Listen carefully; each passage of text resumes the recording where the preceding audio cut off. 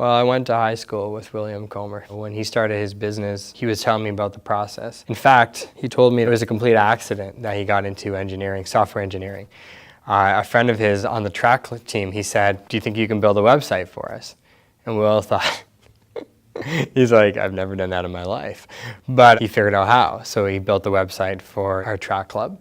And that's kind of how Campus Creative got started, because over time he started to continue to do things. Then he basically put a brand on it, put a name on it, and that was it.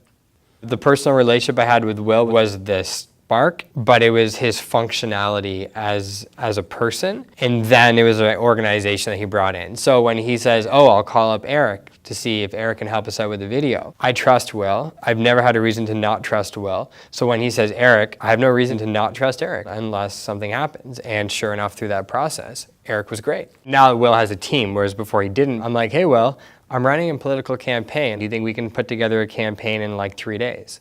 He never said no.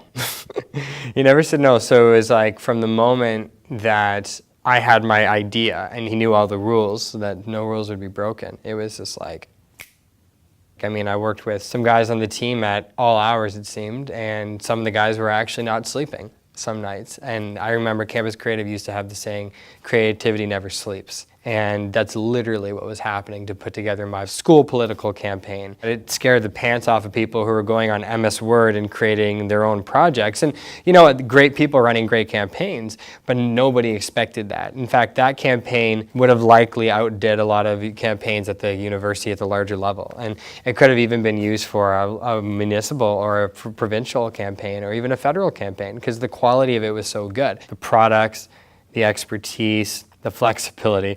I can't speak enough about flexibility. Everything put together to make that really quality product for what I paid for, it was outstanding. Like it really was. And in the timely manner that it was done, it was through the roof. So yeah, it was more than worth it. Campus Creative has never tried to push me in the wrong direction.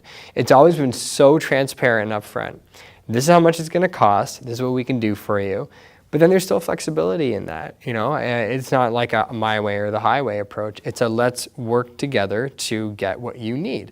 You come up with an idea for Campus Creative, and Campus Creative says, "Okay, that's great. Do you want to make it better?"